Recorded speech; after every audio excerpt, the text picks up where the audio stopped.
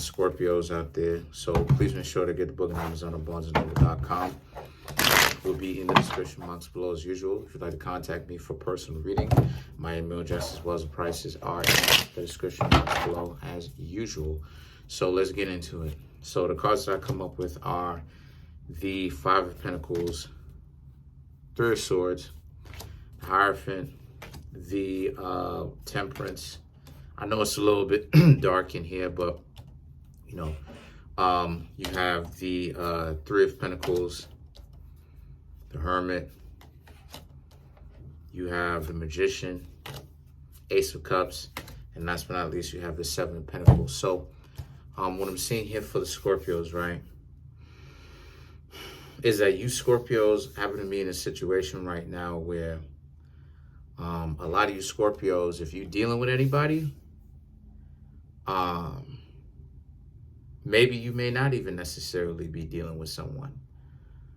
But as of right now, a lot of you Scorpios need to start embracing your darker halves, or the darkness, I should say, in you. Because the Five of Pentacles represents walking away from, and it's ironic too, look at what's in the background, but it represents walking away from something that walking away from a thought process that doesn't do good for you anymore, because you think, or most people have this consensus that it's going to work out for you, when in actuality it's really contrary to what actually works. And then the Three of Swords is, the problem is that you keep putting yourself out there to be put in that same type of situation, which ultimately gets you hurt. And then a Hierophant represents, the Hierophant is the psychopomp. So a psychopomp is a person that deals with souls. It deals with the afterlife and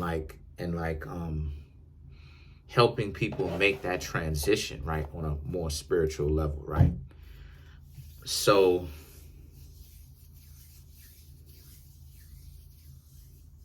why this is important for Scorpio in the first place is because obviously Scorpio is one of the psychopomps, them and Virgos.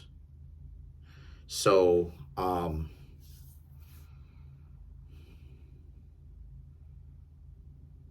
as well as all the water signs and Virgo, right?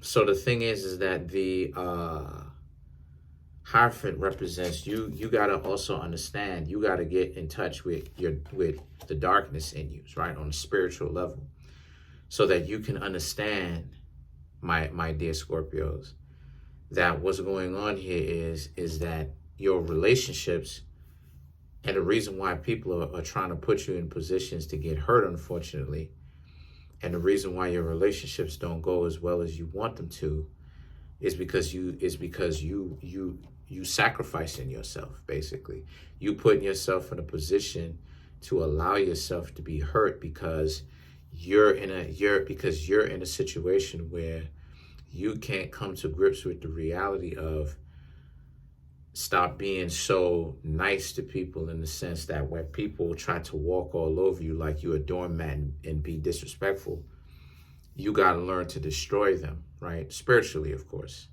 And then the thing is that the Temperance is the Temperance and the Seven of Swords is that again, on a moralistic level, what it's going to look like is people going to try to shame you for you defending yourself, when in actuality, and this is where Scorpio has divine right. This is where Scorpio's true power comes into play. You see what I'm saying? Because with Scorpios, they deal with, they're water signs, and water deals with souls. It deals with where the souls reside, the collective unconscious, right? Fire is to destroy, right? Fire is to delete. Air is to create. North is to manifest, right? Or to gather, right? Or give, either way. But North is rulership, is the point that I'm trying to make, right? Earth is rulership, right? Dominion over the worlds, right? And then water is souls, the sea, the ocean, where a collective of people reside, right? Energies reside, collect. So what happens here is, what happens here is for you Scorpios is that, again, how people gonna make it seem like is you evil, you bad, you're this villain, when in actuality this is where Scorpio's divine intelligence, quote unquote, comes in. Because ultimately it's not about trying to destroy the person because you're in pain. It's about defending yourself and being ruthless in that defense when someone is trying to hurt you. Again, self-preservation. But understanding when it's time to use self-preservation and when it's time to just let silly, meaningless things bounce off your shoulder like it wasn't nothing. You understand? So the things that the Three of Pentacles now represents, how, again, these people are going to try to make it seem as if you're tripping. But in actuality, they're going to have a lot more respect for you when you actually start spiritually fighting back. And then the Hermit and the Magician, right? the Magician can also represent being a Scorpio card, but it can also represent being a Mercurial card. And then you have the Hermit right here too, which is Virgo, Mercury. So it represents, I mean, this is some deep stuff, but in that sense, but to some people, I should say. But this represents like really navigating through that darkness of you and understanding that as long as you don't necessarily go around looking for a fight, right? You can always prosper, right? As long as it's in self-defense, do what it is that you need to do, right? And the things that and don't feel bad about it. The Ace of Cups and the Seven of Pentacles represents this being a situation for you where this is how it is that you're going to start to get respect. But the Ace of Cups that people are going to try to give you, you still need to be very attentive about this, because these people will still try. It could still be a manipulation tactic. So you really want to watch out for that type of stuff. You know what I mean? So, yeah. Let's